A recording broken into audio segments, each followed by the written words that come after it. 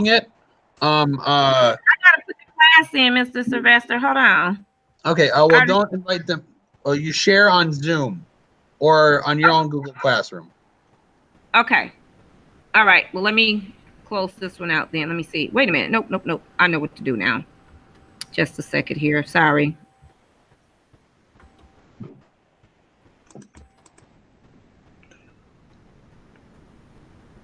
Let me see. Is it this one? Because I got two. You have two Google Classrooms? No. I'm putting you guys in, presenting you guys. Awesome.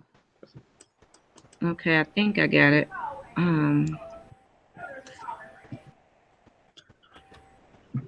Can my class? Oh, I'm sorry. I was going to ask the kids, can they see this? Can you guys see that on the screen? It says Happy Birthday, Michigan. Yes. Okay, now I want everybody's mic off, please. I don't want to hear any talking. Understand? All right. Okay. And on that note, 1 second. If you could turn off your camera, so he's the one, and mute yourself as well. Everybody could have their camera turned off and muted, so we can just give Mr. Havrilcsak the full respect he's due. Thank you. Oh, we're gonna wait, like I said, until 2:18, when I expect almost everyone to be in. So we've got another whole minute. I just want to say for all those listening, I guess, Greg, do you have any, Mr. Havrilcsak, do you have any fun facts about Michigan? Do I have any fun facts about Michigan? Yeah. Michigan has the longest coastline of any state in the Union. Longer than California, longer than Florida, if you count the lower and the upper peninsula. Oh, wow. Even longer than, like, Alaska? Oh, of course. Were you aware that the first stop sign was made in Michigan for a road on Detroit in 1915? That is correct, and also that the first mile of paved road anywhere in the United States was on Woodward Avenue between 6 and 7 Mile Road in Highland Park. Henry Ford used it as his test track at his Highland Park plant. No way! Wow. Way. There's a lot of fun facts. One of my friends and colleagues, Michael J. Thorpe, wrote the Great Lakes Michigan Great Lakes Trivia Contest. It's a wonderful read about little-known facts in Michigan, and he also wrote Thumb Drive, and you can find those on Amazon. You can also find those at Barnes and Noble. And Michael J. Thorpe, I think, if you remember, was the morning anchor at WJRT for a while. He was. I knew that name sounded familiar. Yep. He and I were classmates, and we collaborated on a couple of things, and he's been a friend for a lot of years. All right. Is there any Michigan historical site you think everybody should get a chance to see? If you want. There are so many. Michilimackinac up on the island is a definite must-see. If you're into architecture and history, I would suggest going down to Monroe, which was the home of George Armstrong Custer. But if you are more interested in local history, go down to Ann Arbor Drive, Ann Arbor Street, just off Court Street, and that's the home of Colonel Thomas Stockton, who was a officer during the Civil War. Okay. Obviously, Michigan. Mr. Sylvester, I'm trying to share to my class and just let them know that this is a celebration of Michigan Birthday, and my scholars, you are welcome to share and attend this presentation. So please get the benefit of this and be quiet. If you have anything, you can write your question, and tomorrow we're gonna talk about this. Thank you. I'm sharing. Okay. Right. I see. I have the host controls. right now I don't see the chat. I have the chat turned on for a little bit. Mr. Havrilcsak can't see the chat, so all questions are going to be saved till the end. It's 2:18. I see we're still missing a few people. Let me go back to the people. We've got 13. We've got 13 classes in here. And I guess, well, it may seem like a small number of people in the class. Each of those classes has 20 something kids, right around there. What is it? I think we could go 2 more minutes to see if we could let people filter on in, because I know there are some people who said they'd be here who are maybe they're just having trouble getting to the link. But I'm not going to wait more than, I'm not going to make us wait past 2:20. Yeah. You guys should also be able to full screen it to give everybody who can see it a full thing. I'd also recommend turning off your camera and muting yourself so we can have full attention on Mr. Havrilcsak. And Mr. Havrilcsak here, he works for U of M Flint. He's a Tier 4 lecturer, which is the highest of all 4 tiers. He's spoken at a few historical openings here in Flint as well. Would you like to say anything about yourself, Mr. Havrilcsak? I think you've said it all. I've been with the university 20 years now. That's my alma mater. I was class of 78. I graduated on January 12th, 1978, and I came back to teach for them in 2000. So I've starting my 21st year. All right. The floor is yours. Let's learn about Michigan's birthday. Well, good afternoon, everyone. Good afternoon, students. Good afternoon, teachers. Mr. Sylvester assures me that you can see me, even though I can't see anyone there. But I put a little PowerPoint together. It's kind of hard to do 184 years of Michigan in 20 or so minutes. But this is Michigan's birthday. We became the 26th state on January 26th, 1837. So if your birthday is today, you are definitely in good company. So January 26, 1837, 184 years old. This is Michigan today, as you see the lower and the upper peninsula. 4 of the 5 Great Lakes border Michigan. There is Michigan's state flag and Michigan's state seal. And the term up above, tuebor, that is Latin for I will defend. And Michigan's motto, Sequerios peninsulam amoenum circumspice, if you seek a pleasant peninsula, look about you. During Michigan's history, there were 4 flags that flew over the peninsula. The first Europeans here were the French. Then the British took over in 1763. And for one day only, Spain raised their flag over southwest Michigan in the present-day city of Niles. And then after the Revolutionary War, the United States. So 4 flags have flown over Michigan during its long history. Michigan was carved out of the old Northwest Territory. The Northwest Territory, as you can see, was everything north of the Ohio River.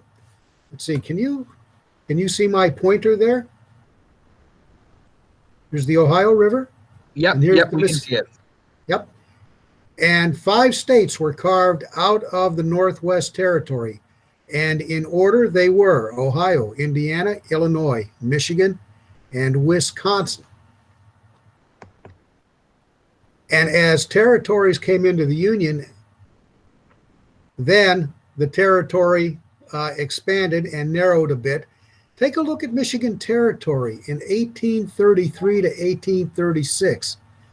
Michigan Territory extended to include all of Wisconsin, all of Iowa, all of Minnesota, and eastern, North, and South Dakota. In fact, Dubuque County, Michigan Territory, is now the entire state of Iowa. And at one time, the Michigan Territory, Wayne County extended all the way to the Mississippi River. But this is what it was like just before Michigan became a territory. Michigan's road to statehood began in 1820.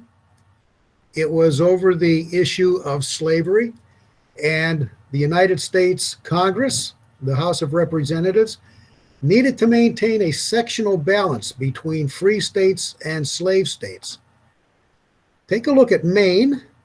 Maine wanted to come in as a free state, and so Maine came in as a free state.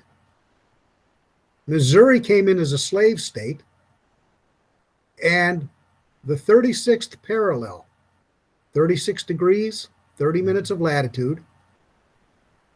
According to the Missouri Compromise, everything north of that line, except Missouri, would come in as a free state. Everything south of that line, including Missouri, would come in as a slave state. So, under the terms of the Missouri Compromise, excuse me, under the terms of the Missouri Compromise, when a slave state came in, then a free state came in. When a free state came in, then a slave state came in. Well, in 1836, Arkansas came into the Union as the 25th state. And you can see Arkansas right above Louisiana here and just south of Missouri. And to maintain that balance, Michigan was also going to come in 1836. But they were having problems with Ohio, Michigan and Ohio. And the rivalry goes back all the way to that time with the Toledo War. You take a look at the Toledo Strip, and it was disputed territory. It narrowed from the east to the west, and this was a coveted territory because whoever controlled Toledo controlled an international port on the west end of the Great Lakes. Well, both Michigan and Ohio laid claim to Toledo. And there were times when people didn't know who to address the mail to or what state to address the mail to. So you have mail that was addressed to people living in Toledo, Michigan, and you had mail addressed to people living in Toledo, Ohio. Now, every survey that was ever taken gave Toledo to Michigan. But Ohio fought this. Ohio claimed that Toledo belonged to Ohio. And that was the rivalry that kept Michigan out of the Union in 1836. Andrew Jackson, President of the United States at the time, backed Ohio's claim for the very simple reason that Ohio was a state, Michigan wasn't, and Ohio had electoral votes. So, in this disputed war, as you can see, the Toledo War, Ohio got Toledo, and during this war, it was relatively bloodless. You want to know what the only casualty was, the only fatality of the Toledo War? It was a pig. Because the Michigan militia slaughtered the pig for the food source. And that was the only fatality of the Toledo War. Who kept Michigan out of the Union? Stevens T. Mason. At the time, he was only about 20 years old, not much older than some of you right now. Michigan records him as the boy governor. He fought tooth and nail to keep Toledo within Michigan. But The territorial legislature met on a bitter January day, the frozen convention, and they agreed to let Ohio have Toledo. And with that, then President Jackson signed the decree. Michigan became the 26th state on January 26th, 1837. There's our fatality. Ohio got Toledo, and Michigan got the Upper Peninsula. And everybody was groaning, and it was wailing and gnashing of teeth. I mean, what was up there? Well, what's up in the Upper Peninsula? Turned out to be a blessing in disguise, because the Upper Peninsula was rich with copper. And during the Civil War, almost 100% of the copper supplied to the Union came from Michigan's Upper Peninsula. In fact, if you go to the Smithsonian Institute in Washington, you can see the Ontonagon boulder, the largest piece of pure copper ever that was mined in the mines in Upper Michigan. So if there's any loser, if we take a look at the map here, if there is any loser to the Toledo War, it's Wisconsin, because the Upper Peninsula really is, or should be, part of Wisconsin.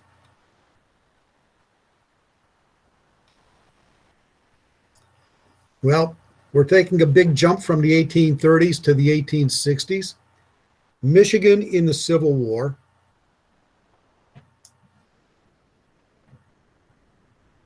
And once again, the Civil War, the states were free to take sides, or they were free to remain neutral. Michigan became the first of the Great Lakes states to support the war effort. And that brought a very tearful response from President Abraham Lincoln. President Lincoln said this, quote, "Thank God for Michigan," because he knew Michigan, their lead would cause the other states to support the Union as well. And what you see here down on the campus marshes, it's the campus marshes today, the 1st Michigan Infantry being presented with their regimental colors on May 11th, 1861. If you go down to Detroit and you see the Soldiers and Sailors Monument down in Cadillac Square, that is where this is at the time. So the Soldiers and Sailors Monument occupies this site.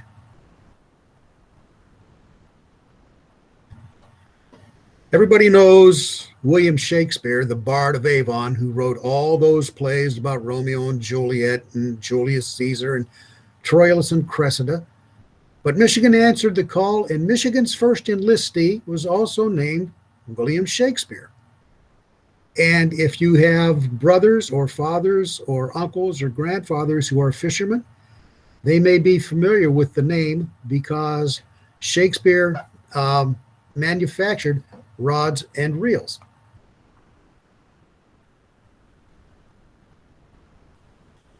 But I had mentioned Colonel Thomas Stockton. Colonel Thomas Stockton was a West Point graduate. He was at West Point at the time of Robert E. Lee and Joseph Johnston, a lot of the Confederate high command. And Stockton was from Flint. He enlisted, graduated from West Point. He commanded regiments during the Civil War. He was taken as a prisoner. And the interesting thing about Thomas Stockton is that one of his nephews was a Confederate general, James Longstreet. The other nephew was Colonel, I think his first name was Zachariah Deas, or Richard Deas, D-E-A-S, Colonel Deas.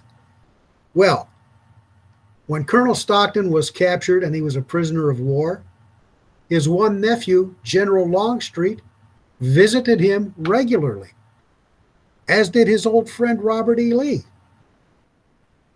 But his other nephew, Colonel Deas, wrote him a letter and said, "Well, I hope you're doing well, but since we're on opposite sides of the war, I don't think I'll visit you. And Colonel Dees never did visit him when he was in Libby prison. But you know what? If you go out to Elmwood Cemetery or Glenwood Cemetery, out on West Court Street, in that second entrance, Colonel Stockton is buried there. And just a few feet away from where Colonel Stockton is buried, Colonel Dees is also buried. The Stockton House was dedicated as a state historic site, and it is on Ann Arbor Street in Flint, 720. So this would make a nice little side trip for you. This house started out actually as the original St. Joseph's Hospital. And then St. Joseph's moved over to East Court Street, and now they are Genesis. But the original hospital began here. This is Stockton's home. It is now open to the public as a museum. But don't think that the men were the only heroes of the Civil War. They weren't, because we take a look at Sarah Emma Edmonds here on the left. Ms. Edmonds was from Flint.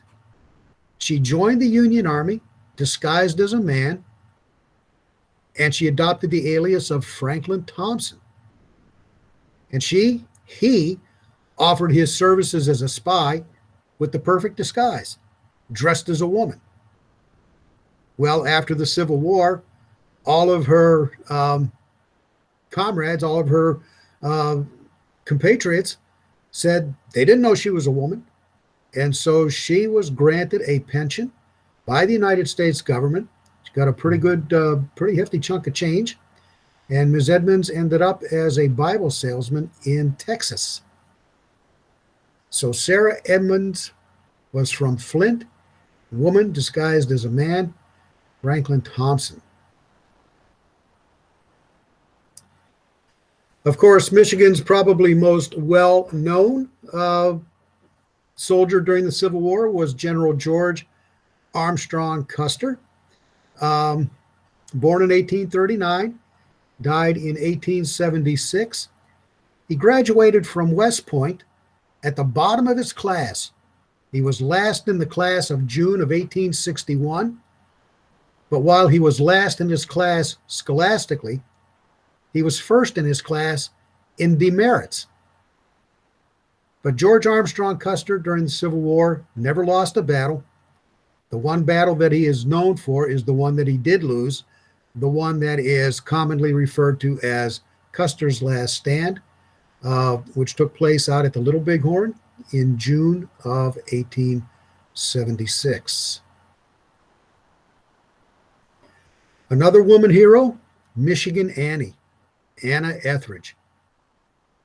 She offered her services to the Army of the Potomac as a nurse, and she helped nurse thousands of soldiers back to health. She was very much loved by the soldiers of the Army. Michigan Annie, when she passed away, she was also given a commission, and she is, if you go down to Lansing, she is in the Michigan Women's Hall of Fame. So it's not only the men that were the heroes, the women were the heroes as well. Michigan, one of Michigan's youngest soldiers, Corydon Foote. And as you can see, he was born in 1849, died in 1944. He was Michigan's last survivor of the Civil War. He was, let's see, he's 10 years old, 59, 69. He's 11 years old when he ran away to join the Army. He was a drummer with the 10th Michigan Infantry. If you go out on toward Burton and you see the Corydon Foote bird, he was very much involved with birds, and his bird collection is on display out in the Arboretum there. He is buried in Grand Blanc. Corydon Foote, Michigan's last survivor of the Civil War. Colonel Benjamin Pritchard, 1835-1907, commanded the 4th Michigan Cavalry, and they played a very prominent, not to say pivotal role in the closing days of the Civil War. Because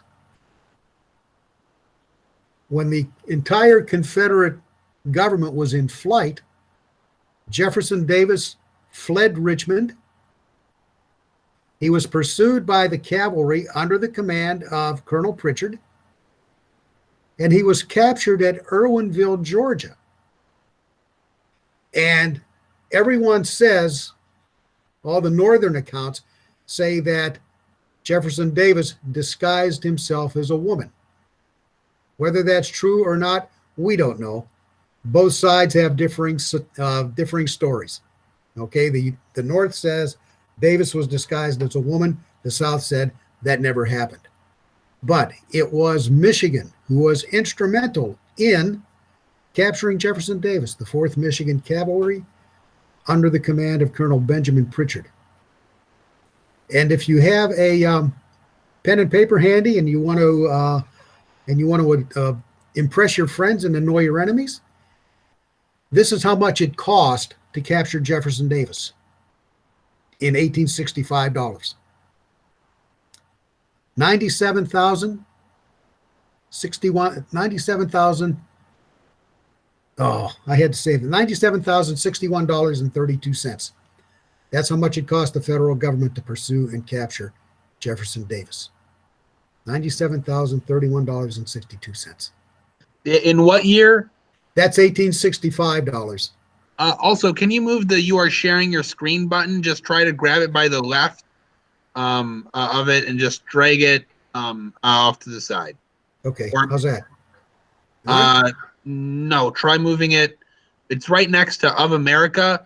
Just try grabbing that and dragging it. Oh, okay. There, we perfect. Go. And you said 1967? $1865, $97,031.62. That's how much it cost to pursue and capture Jefferson Davis.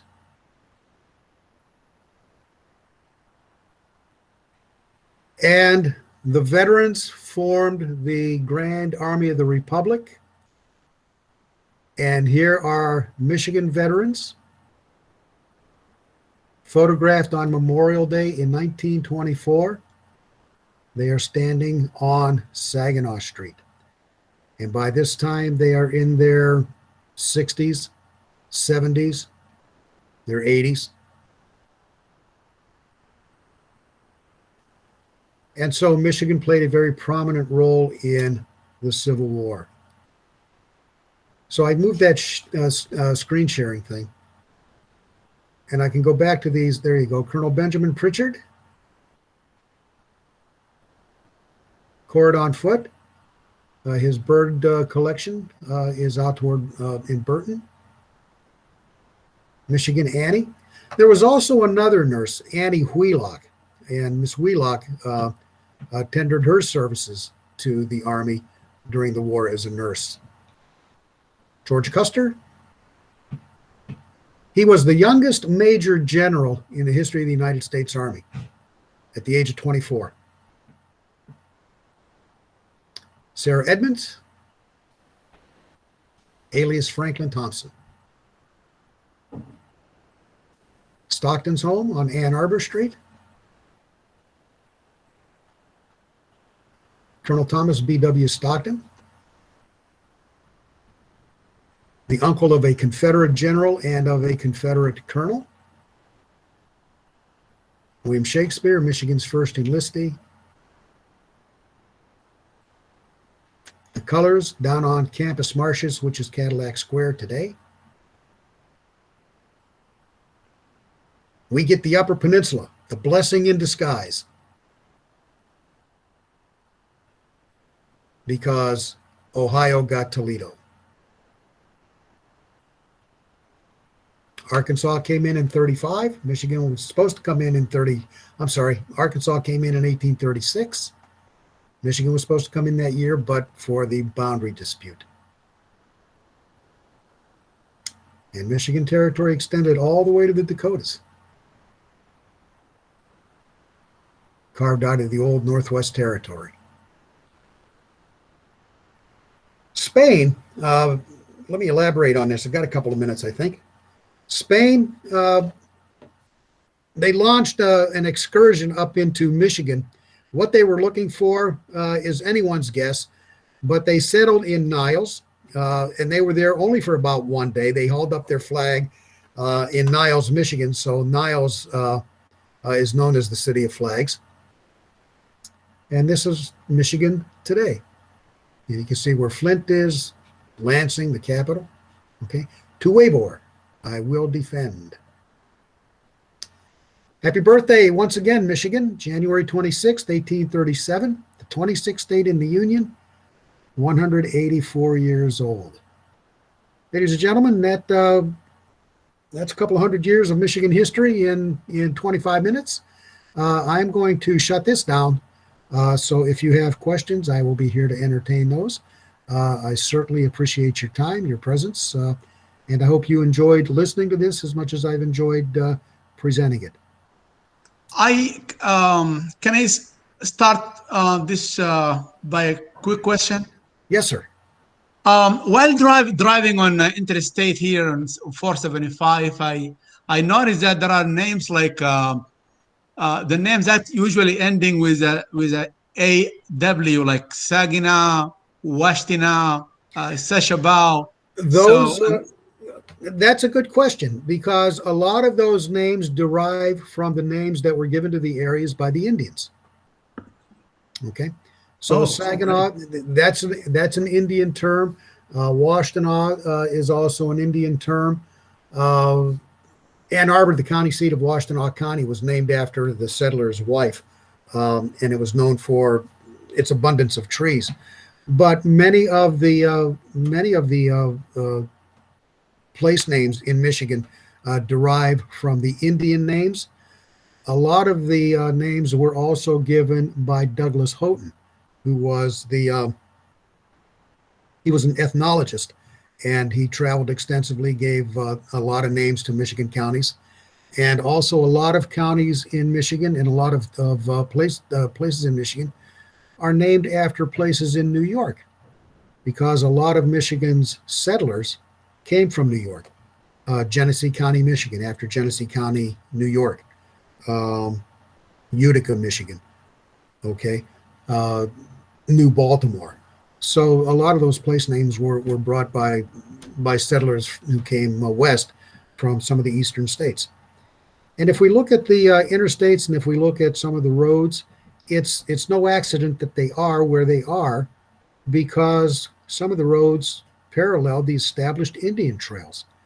Grand River Avenue from Detroit out to Grand Rapids. That was the Indian Trail from Detroit to Grand Rapids.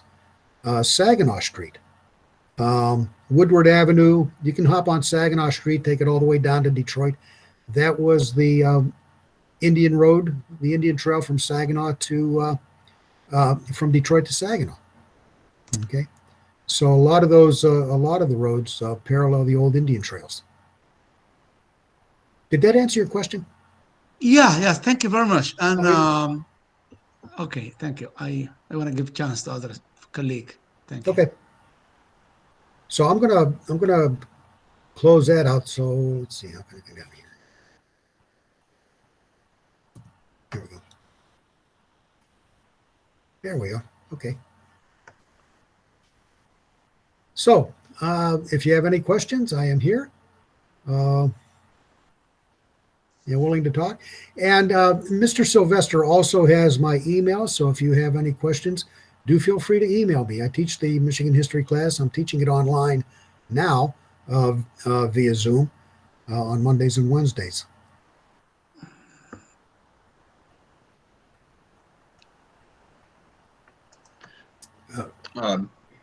So anyone else, you guys can open it up for free conversation.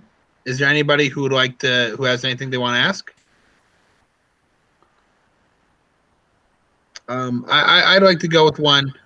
Like Black History Month is coming up, and I was wondering, like, are there any spots in Michigan where we can find the Underground Railroad, museums of it? Yes, absolutely. That's a good question. If you go out I-69 and you head south on toward Elmont, I think was that M53, the Octagon House. That was a way station on the Underground Railroad. And the Underground Railroad, there were two lines, one that came up from Indiana, the other that came up from Ohio. They both converged around Ohio, and their main terminus was in Detroit. But some of them made their way up to the Upper Peninsula. In fact, many escaped slaves were sequestered in a hotel in Detroit while the slave catchers were staying in the rooms above. And at night, they were taken across the Detroit River into Canada. There was a very vibrant, vibrant settlement of ex-slaves there, many of whom came back to participate in the Civil War. So the Octagon House, out 69, head down toward Elmont and Romeo, and it is there. It's a working farm. It's like a museum piece. It was run down for a lot of years, but it's since been refurbished. So that is one good. That's one good place you might want to check. Okay, thank you. You're And if welcome. anybody else, I have another question from a student. Who was the first governor of Michigan? I believe they were Governor Cass. Cass was the territorial governor. There were territorial governors, but the first elected governor was Stevens T. Mason. Michigan's first elected governor was Stevens T. Mason. The territorial governors, when Michigan was a territory, territorial governors were appointed by the President of the United States. So William Hall was the territorial governor during the War of 1812. Had a rather hard go because he surrendered Detroit during the War of 1812. William Hall surrendered Detroit without firing a shot in its resistance. And for that, he was court-martialed and sentenced to death. But President James Madison commuted his death sentence because he had performed admirable service during the Revolutionary War. But he surrendered Detroit without firing a shot in its own defense. Crazy. Okay. I see our numbers have thinned significantly. There's 5 or 4 of us left in the call.